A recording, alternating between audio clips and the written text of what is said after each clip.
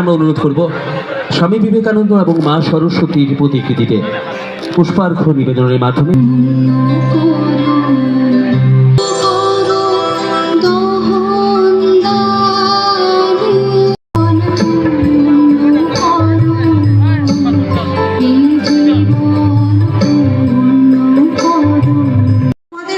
শুধু দু একটি কথা বলবো। আজকে আমাদের যে প্রোগ্রামটা হচ্ছে,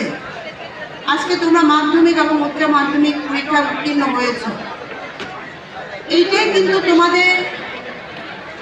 জীবনের শেষ পরীক্ষা না, এটা তোমাদের একটা মাইলস্টোন। তোমাদেরকে আরো অনেক অনেক চ্যালেঞ্জ নিতে হবে এবং একটা লক্ষ্য আমাদের আজকে থেকে নিতে হবে যে আমি জীবনে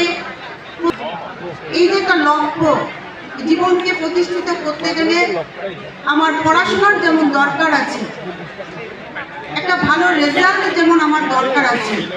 তেমনি আমার পাশাপাশি আমাকে চরিত্রবান হতে হবে, আমাকে মানবিক হতে হবে, আমাকে দেশ সেবার জন্য আমি প্রস্তুত থাকতে